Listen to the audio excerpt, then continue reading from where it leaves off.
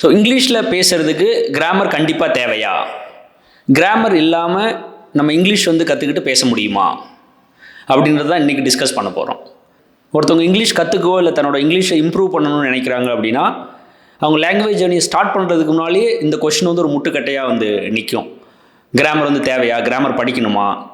ஸ்கூலில் வந்து கிராமர் அப்படின்னா ஒரு வெறுப்போடு பார்த்துருப்போம். திரும்ப இது வந்து நமக்கு இங்கே நிற்கிது அப்படின்னு சொல்லி ஒரு குழப்பம் இருக்கும். நிறைய பேர் இதை தான் சொல்கிறாங்க, கிராமர்லாம் உங்களுக்கு தேவை கிடையாது, நீங்கள் வாங்க அப்படி நீங்கள் வந்து பேசலாம், குழந்தை என்ன கிராமர் கற்றுக்கிட்டா பேசுது, நம்ம என்ன தமிழில் கிராமர் பார்த்தா பேசுகிறோம். ஸோ இப்படிலாம் கேள்வி கேட்டு கிராமர் தேவையில்லை அப்படின்றத வந்து ஜஸ்டிஃபை பண்ணுவாங்க. காமன் பீப்புள் மட்டும் இல்லாமல் நிறைய லாங்குவேஜ் டீச்சர்ஸே இதை சொல்கிறாங்க. நீங்கள் எங்ககிட்ட வாங்க, நாங்கள் வந்து ஆர்கானிக் வழியில் உங்களுக்கு இங்கிலீஷ் பேச வைக்கிறோம், கிராமரே இல்லாமல். கிராமர்லாம் டீச் பண்ண மாட்டோம், கிராமர் வந்து உங்களுக்கு தடையாக இருக்கா, கிராமர் இல்லாமல் நாங்கள் வந்து இங்கிலீஷ் டீச் பண்ணுறோம், வாங்க நான் உங்களை பேச வைக்கிறோம் அப்படின்னு நிறையா லாங்குவேஜ் டீச்சர்ஸும் வந்து சொல்கிறாங்க. அவங்க சொல்கிறதுக்கும் இதே காரணங்கள் தான் சொல்கிறாங்க. இப்போ இங்கிலீஷ் கற்றுக்கிறத பின்னால் வைங்க. இப்போ இன்னொரு சினாரியோ வந்து பார்ப்போம். நீங்கள் வந்து இப்போ இங்கிலீஷ் கற்றுக்கல, ஒரு பிரியாணி எப்படி சமைக்கிறது, இல்லை உங்கள் ஃபேவரட் ஃபுட் ஐட்டம் அது எப்படி சமைக்கிறது அப்படின்னு நீங்கள் கற்றுக்குறீங்கன்னு வச்சுக்கோங்க. நீங்கள் இங்கே ஸ்க்ரீனில் பார்க்குறது முருங்கா பிரியாணி. இப்படி ஒரு பிரியாணி இருக்கா அப்படின்னு கேட்டிங்கன்னா ஆமாம் இருக்குது, வேறு எங்கேயும் இங்கே கோயம்புத்தூரில் தான் இருக்குது போல். எனக்கு ரீசெண்டாக தான் தெரிய வந்தது. இந்த பிரியாணி வந்து முருங்கா பிரியாணியில் உங்களுக்கு பிடிச்ச பிரியாணி. அந்த பிரியாணியை எப்படி சமைக்கிறது அப்படின்னு கற்றுக்கிறதுக்கு நமக்கு 2 வழிகள் இருக்குது. ஃபர்ஸ்ட் வழி என்ன அப்படின்னு பார்த்தீங்கன்னா, உங்களுக்கு வந்து ஃபுல்லி குக்டு பிரியாணியை கொடுத்துட்றாங்க, ஃபுல்லாக சமைச்ச பிரியாணி ஒன்று கொடுத்துட்றாங்க. இப்போ அதிலிருந்து நீங்கள் எப்படி அந்த அதே பிரியாணியை சமைக்கிறது அப்படின்னு கற்றுக்கிறது. ஃபஸ்ட்டு நீங்கள் அது என்ன பிரியாணின்னு பார்க்கணும். வெஜிடபிள் பிரியாணியா இல்லை மீட்டா, இல்லை என்ன வகையான ரைஸ் இருக்குது, என்னென்ன ஸ்பைசஸ் போட்டிருக்காங்க, அதனோட அளவுலாம் என்ன. ஸோ இந்த மாதிரி ஒவ்வொன்றும் வந்து நீங்களே கண்டுபிடிக்கணும். இந்த இன்க்ரீடியன்ட்ஸ் எல்லாமே கண்டுபிடிக்கணும். அப்புறம் அதனோட ரெசிபி நீங்கள் கண்டுபிடிச்சாகணும், எது ஃபஸ்ட்டு போடுறாங்க, எது செகண்ட் போடுறாங்க. ஸோ இந்த மாதிரி எல்லாத்தையும் நீங்களே பண்ணி அஃப்கோர்ஸ் இவென்ச்சுவலி உங்களுக்கு அங்கே பிரியாணி இருக்கும். நம்ம ஏதோ ஒன்று சமைச்சு வைப்போம், அது பிரியாணியே இல்லையா நம்ம அப்புறம் டிசைட் பண்ணிக்கலாம். இப்போ செகண்ட் வழி என்ன அப்படின்னு பார்த்தீங்கன்னா, உங்களுக்கு என்ன பிரியாணின்னு சொல்லிடுறாங்க, அதுக்கான எல்லா இன்க்ரீடியன்ட்ஸும் தனித்தனியாக உங்களுக்கு கொடுத்துட்றாங்க. அதை எங்கே போடணும், எப்படி போடணும், எந்த அளவுக்கு போடணும் அப்படின்றதே உங்களுக்கு வந்து ஒரு ரெசிபி புக் இருக்குது, ஒரு இன்ஸ்ட்ரக்ஷன்ஸ் எல்லாம் கொடுத்துருக்காங்க. இப்போ நீங்கள் இதை என்ன பண்ண வேண்டியது, அப்படியே ஃபாலோ பண்ணி அப்படியே எடுத்து ஒன்று ஒன்றா பண்ணிங்க அப்படின்னா உங்களுக்கு வந்து பிரியாணி வந்துடும். இப்போ நீங்களே யோசிச்சு பாருங்கள், எந்த வழியை ஃபாலோ பண்ணால் நம்ம ஈஸியாக பிரியாணி எப்படி சமைக்கிறதுன்னு கற்றுக்கலாம். இப்போ இதே லாஜிக்கை வந்து இங்கிலீஷ் லாங்குவேஜ் லேர்னிங்க்கு வந்து நீங்கள் அப்ளை பண்ணுங்கள். நமக்கு இங்கிலீஷ் கற்றுக்கிறதுக்கு, இங்கிலீஷில் எந்த லாங்குவேஜாக இருந்தாலும் கற்றுக்கிறதுக்கு நமக்கு வந்து 2 வழி இருக்குது. இந்த ஃபஸ்ட் வழி வந்து என்னென்னா, உங்களுக்கு ஃபுல்லி கரெக்டான சென்டென்சஸ் இருக்குது. இப்போ நீங்கள் லிசன் பண்ணுறீங்க மூவிஸில், இல்லை மற்றவங்க பேசுகிறது, இல்லை புக்ஸ் படிக்கிறீங்க, அங்கெல்லாம் வந்து கிராமட்டிக்கலாக கரெக்டான சென்டென்சஸ் இருக்குது. அதை நீங்கள் என்ன பண்ணுறீங்க, அப்சர்வ் பண்ணுறீங்க, என்ன சென்டென்ஸ் இருக்குது, கொஸ்டினா ஸ்டேட்மெண்ட்டா, இல்லை அதில் மற்றது எல்லாத்தையும் அப்சர்வ் பண்ணுவீங்க, என்னென்ன வேர்ட்ஸ் இருக்குது, அதை எங்கே யூஸ் பண்ணிருக்காங்க, எது சப்ஜெக்ட், எது வேர்பு, எது ஃபஸ்ட்டு போடுறாங்க, எது செகண்ட் போடுறாங்க, ப்ரிப்போசிஷன்ஸ்லாம் என்ன இருக்குது. ஸோ இந்த மாதிரி எல்லாமே நீங்கள் என்ன பண்ணுறீங்க, அப்சர்வ் பண்ணுறீங்க, என்ன ஃபுல்லி கரெக்டாக இருக்க சென்டென்சஸில். It is like learning to cook from a fully cooked biryani. நம்ம பிரியாணியில் நீங்கள் இதே தான் பண்ணுறீங்க. இந்த மாதிரி எல்லாத்தையும் நீங்களே அனலைஸ் பண்ணி அந்த சென்டென்சஸ் வந்து எழுத ஆரம்பிக்கிறீங்க, பேச ஆரம்பிக்கிறீங்க. இது வந்து ஃபஸ்ட் வழி. இப்போ செகண்ட் வழி எடுத்துக்கிட்டிங்க அப்படின்னா, நமக்கு வந்து எல்லாமே இருக்குது. இப்போ வேர்ட்ஸ் எடுத்துக்கிட்டிங்க அப்படின்னா, we may already know enough words to communicate in English because of the exposure. நம்ம சின்ன வயசுலேருந்து லாங்குவேஜுக்கு நிறைய எக்ஸ்போஷர் இருக்கிறதா நமக்கு நிறைய வேர்ட்ஸ் தெரிஞ்சிருக்கிறதுக்கான பாசிபிலிட்டி ரொம்ப அதிகம். இப்போது அந்த வேர்ட்ஸ்லாம் எங்கே யூஸ் பண்ணணும், எப்படி யூஸ் பண்ணணுன்றதை நமக்கு கிராமர் புக் சொல்லுது. இதுதான் வந்து சென்டென்ஸ், சப்ஜெக்ட்னா இதுதான், சப்ஜெக்ட் நீங்கள் இங்கே தான் வைக்கணும். இப்போ வேர்ப்னா இதுதான், இந்த வேர்பில் இத்தனை ஃபார்ம்ஸ் தான் இருக்குது, இப்படி தான் நீங்கள் அந்த வேர்ப் எழுத முடியும். இப்போ டென்சஸ்னால் இதுதான், ஒவ்வொரு டென்ஸுக்கு இதுதான் ஸ்ட்ரக்சர். ஸோ இப்படின்னு சொல்லிட்டு அந்த கிராமர் புக்ஸ் என்ன பண்ணுது, நமக்கு எல்லா ரூல்ஸும் ஆல்ரெடி, எல்லா இன்ஸ்ட்ரக்ஷன்ஸும் ஆல்ரெடி கொடுத்துருக்காங்க. நம்ம இப்போ என்ன பண்ண வேண்டியிருக்கு, நமக்கு ஆல்ரெடி தெரிஞ்சிருக்கிற வேர்ட்ஸை அந்த ஸ்ட்ரக்சர்ஸில் போட்டு நம்ம யூஸ் பண்ணலாம். வேறு எந்த இதை பற்றி நம்ம வந்து கவலைப்பட தேவையில்லை. ஸோ இது வந்து பாருங்கள், அந்த second way of cooking biryani. Instructions கொடுத்துருக்காங்க, ரெசிபி நீங்கள் அப்படியே ஃபாலோ பண்ணால் நமக்கு வந்து வந்துடுது. இப்போ பாருங்கள், இந்த 2 வழி தான் இங்கிலீஷ் கற்றுக்கிறதுக்கு இருக்குது. ஃபர்ஸ்ட் வழி என்ன, நீங்களே எல்லாத்தையும் கண்டுபிடிச்சி பேசுறது. செகண்ட் வழி எல்லாமே ஆல்ரெடி இருக்குது, அதை நீங்கள் யூஸ் பண்ணி கற்றுக்கிறது. இப்போ எந்த வழியை ஃபாலோ பண்ணால் ஈஸியாகவும் ஃபாஸ்ட்டாகவும் லாங்குவேஜை கற்றுக்கலாம் அப்படின்னு சொல்லி யோசிச்சு பாருங்கள். இப்போ கிராமர் கண்டிப்பாக தேவையா அப்படின்ற கேள்வியை பார்க்குறதுக்கு முன்னால் கிராமர் தேவையில்லை, கிராமர் இல்லாமல் நம்ம வந்து பேசுறது கற்றுக்கலாம் அப்படின்னு சொல்கிறவங்களோட ஆர்கியூமெண்ட்ஸை கொஞ்சம் பாருங்களேன். அவங்க வந்து மேஜராக 2 ஆர்கியூமெண்ட்ஸ் வைக்கிறாங்க. ஃபர்ஸ்ட் ஆர்கியூமெண்ட் என்ன? குழந்தைங்க வந்து கிராமர் கற்றுக்கிட்டு அதோட தாய்மொழி பேசுது அப்படின்னு கேட்பாங்க. இப்போது இதை கொஞ்சம் யோசித்து பார்த்தீங்க அப்படின்னா, இப்போ குழந்தை ஒரு லாங்குவேஜை கற்றுக்கிறதுக்கு எத்தனை வருஷம் எடுத்துக்குதுன்னு பாருங்கள். ஒரு அட்லீஸ்ட் ஒரு 2 to 3 இயர்ஸ் ஆகுது இல்லைங்களா? இப்போ அந்த 2 to 3 இயர்ஸ் கழித்து பேசுது. அஃப்கோர்ஸ் எந்த ஒரு லாங்குவேஜ் ட்ரைனிங்கும் இல்லாமல் அந்த தாய்மொழியில் பேசுது. இப்போ அந்த பேசுறதுல வந்து கிராமட்டிக்கல் கரெக்ட்னஸ் இல்லாமல் தப்பாக பேசுதா? கிடையாது. ஏன் கரெக்டாக பேசுது அப்படின்னா, அந்த 2 to 3 இயர்ஸில் அந்த குழந்தை ஒவ்வொரு டைம் தப்பு பண்ணும்போதும் அவங்க அப்பா அம்மா இல்லை கூட கேட்குறவங்க வந்து என்ன பண்ணுவாங்க? கரெக்ட் பண்ணுறாங்க. ஒரு வார்த்தையும் ஒவ்வொரு இதையும் கரெக்ட் பண்ணுறாங்க. ஸோ அந்த குழந்தை வந்து என்ன பண்ணுது? அவங்க கரெக்ட் பண்ணுறதை ஏற்றுக்கிட்டு கரெக்ட் பண்ணிகிட்டே இருக்குது. இப்போ குழந்தைங்க பேசுகிறதுல கிராமரை பார்க்காம கிராமட்டிக்கல் கரெக்ட்னஸ் இல்லாமல் பேசுது அப்படின்னா அதுவும் இருக்காது. ஏன்னா இப்போது 2 to 3 இயர்ஸாக தான் அங்கே கரெக்ஷன் நடந்திருக்கு இல்லைங்களா? அந்த மிஸ்டேக்ஸ் எல்லாமே கரெக்ட் பண்ணிருக்காங்க இல்லைங்களா? ஸோ அதனால் கரெக்டாக தான் கரெக்டாக பேச வந்துடும் அது. ஸோ இப்போது குழந்தைங்க வந்து கிராமர் இல்லாமல் பேசுது அப்படின்றதே வந்து லாஜிக் கிடையாது. அங்கே கரெக்டாக தான் அங்கே பேசுகிறாங்க. ஏன்னா வருஷக்கணக்காக வந்து கரெக்ட் பண்ணியிருக்காங்க. இப்போது ஒரு குழந்தை எப்படி லாங்குவேஜ் லேர்ன் பண்ணுது அப்படின்றத ப்ராசஸை நம்ம அடல்ட் லேர்னிங் ப்ராசஸ் கூட கம்பேர் பண்ணி நானும் குழந்தை மாதிரி தான் லாங்குவேஜ் கற்றுப்பேன் அப்படின்றதே வந்து எந்த வகையில் வந்து ஒரு லாஜிக் இருக்குது அப்படின்றது தெரியல. இப்போ குழந்தைங்க கற்றுக்கிறது 2 to 3 இயர்ஸ் ஆகும்னு சொன்னேன். இப்போ நமக்கு 2 to 3 இயர்ஸ் இருந்தால் நான் இங்கிலீஷ் கற்றுக்க முடியுமா அப்படின்னா அங்கேயும் வந்து ஒரு கொஸ்டின் மார்க் தான். ஏன் அப்படின்னா, இப்போ குழந்தைங்க வளர்கிற சூழ்நிலை அப்படி.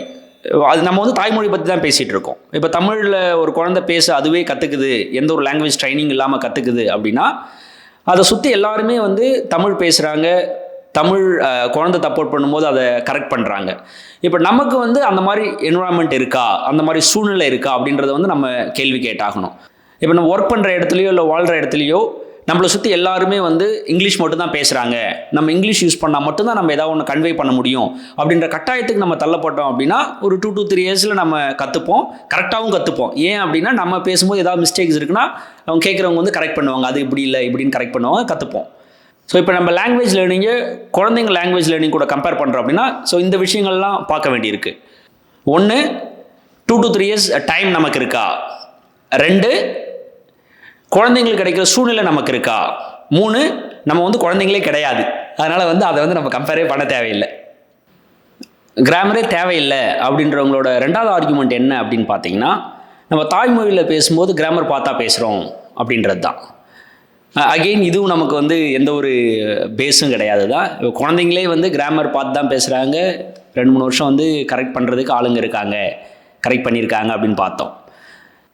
2000 வருஷத்துக்கு முன்னாலே தலைவர் தொல்காப்பியன் தமிழுக்கு தொல்காப்பியம் அப்படின்னு இலக்கண நூலே எழுதி வச்சுட்டு போயிருக்காரு. ஆனால் இப்போ வந்து தமிழில் கிராமர் பார்க்குறோமா அப்படின்னு சொல்லி நம்ம பேசிகிட்டு இருக்கோம். இப்போ தமிழில் இந்த எக்ஸாம்பிள்ஸ் எடுங்களேன். அவன் வருகிறார்கள் அப்படி நம்ம வந்து சொல்ல மாட்டோம். அப்படி சொன்னோம் அப்படின்னா கிராமட்டிக்கலாக அங்கே தப்பாங்க. அவன் வருகிறான் அப்படின்னு தான் நம்ம சொல்லுவோம். இன்னொரு எக்ஸாம்பிள் பாருங்கள். நான் நேற்று வருவேன் இப்படி சொன்னோம் அப்படின்னா இங்கே வந்து நமக்கு டென்ஸ் மிஸ்டேக் இருக்குது.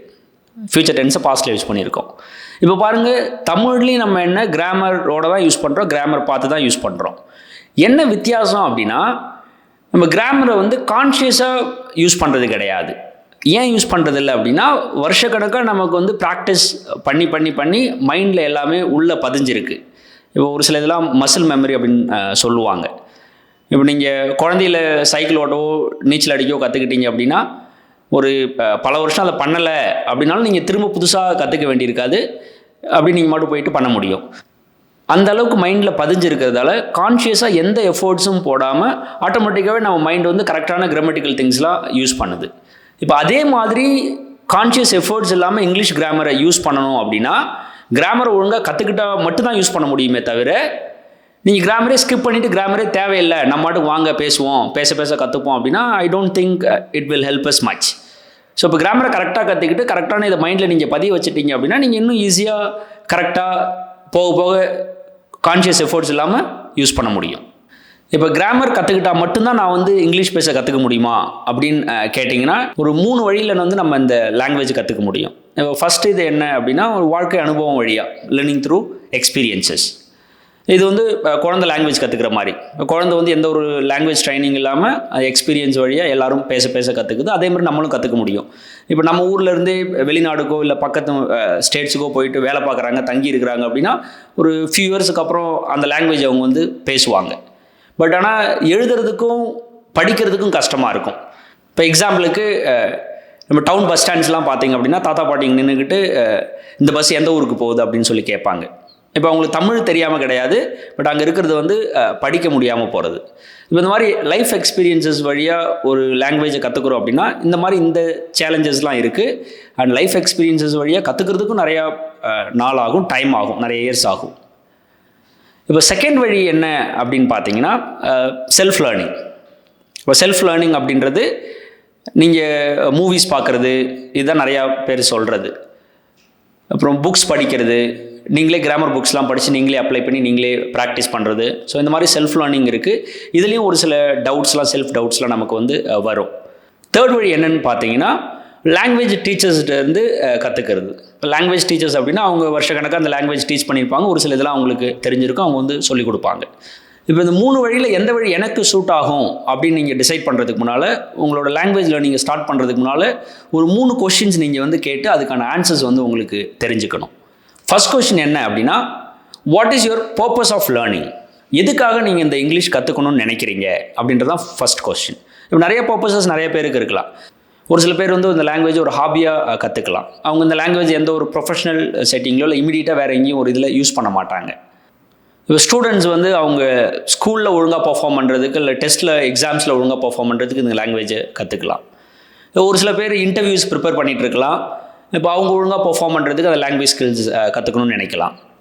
இப்போ ஒரு சில பேர் வந்து வெளிநாடு போகணும்னு நினைக்கிறவங்க இன்டர்நேஷ்னல் எக்ஸாம்ஸ் கொடுக்கறதுக்காக லாங்குவேஜ் கற்றுக்கணும்னு நினைக்கலாம். ஸோ இந்த மாதிரி ஒருத்தருக்கும் ஒரு பர்பஸ் இருக்கும், அந்த லாங்குவேஜ் ஏன் கற்றுக்கணும் அப்படின்னு. ஸோ உங்களோட பர்பஸ் என்ன அப்படின்றத பாருங்கள். செகண்ட் கொஸ்டின் என்ன அப்படின்னா, how much time to you have in hand? உங்களுக்கு வந்து இந்த லாங்குவேஜை கற்றுக்கிட்டு இந்த லாங்குவேஜில் வந்து ஃப்ளூயண்ட்டாக பேசுகிறதுக்கு எவ்வளோ நேரம் உங்கள் கையில் இருக்குது அப்படின்றத பாருங்கள். இப்போ இதுவும் வந்து என்ன பர்பஸ் அப்படின்றதுக்கு ஏற்ற மாதிரி மாறும். இதே நீங்கள் ஒரு ஹாபியாக இந்த லாங்குவேஜை கற்றுக்குறீங்க அப்படின்னா உங்களுக்கு you got all the time in the world, எதை பற்றியும் கவலைப்பட தேவையில்லை. நீங்கள் மாட்டுக்கும் புக்ஸ் படிக்கலாம், மூவிஸ் பார்க்கலாம், மற்றவங்க பேசுகிறத கேட்கலாம். நீங்கள் அது மாதிரி கேட்டுக்கிட்டே நீங்களே பேச உங்களுக்கு வந்து காலப்போக்கில் வந்துடும். But if you are a student, நீங்கள் ஒரு இன்டர்வியூ கொடுக்கவோ இல்லை ஒரு இன்டர்நேஷ்னல் எக்ஸாம்ஸ்க்கோ ப்ரிப்பேர் பண்ணுறீங்க அப்படின்னா உங்களுக்கு நிறைய டைம் இருக்காது. நீங்களே கற்றுக்கிறதுக்கோ இல்லை லைஃப் எக்ஸ்பீரியன்ஸ் வழியாக கற்றுக்கிட்டு இந்த லாங்குவேஜ் யூஸ் பண்ணுறதுக்கு போதுமான டைம் இருக்காது. இப்போ மூணாவது கொஸ்டின் என்ன அப்படின்னா, நீங்கள் இந்த லாங்குவேஜில் இப்போ எந்த இடத்துல இருக்கீங்க அப்படின்றத நீங்கள் பார்க்கணும். இந்த லாங்குவேஜில் வந்து நீங்கள் அட்வான்ஸ்ட் லேர்னரா இல்லை இன்டர்மீடியட் லேர்னரா, நடுவில் இருக்கீங்களா இல்லை பிகினரா அப்படின்றத வந்து நீங்கள் பார்க்கணும். நீங்கள் வந்து அட்வான்ஸ்ட் லேர்னராக இருந்தீங்க அப்படின்னா உங்களுக்கு நிறையா ஹெல்ப் தேவைப்படாது. இருக்கிறத வச்சு நீங்கள் வந்து நிறைய கேசஸில் வந்து மேனேஜ் பண்ணிக்கலாம், பிரச்சனை இருக்காது. இப்போ இன்டர்மீடியட் லேர்னராக இருந்தீங்க அப்படின்னா உங்களுக்கு கற்றுக்க வேண்டிய ஒரு சில விஷயங்கள்லாம் இருக்கும். அந்த விஷயத்தில் நீங்கள் கற்றுக்கிட்டீங்க அப்படின்னா இன்னும் நல்லா நீங்கள் வந்து லாங்குவேஜில் இருக்கும், பெர்ஃபார்ம் பண்ண முடியும் எக்ஸாம்ஸ்லேயோ இல்லை இன்டர்வியூலையோ எல்லாத்துலேயுமே.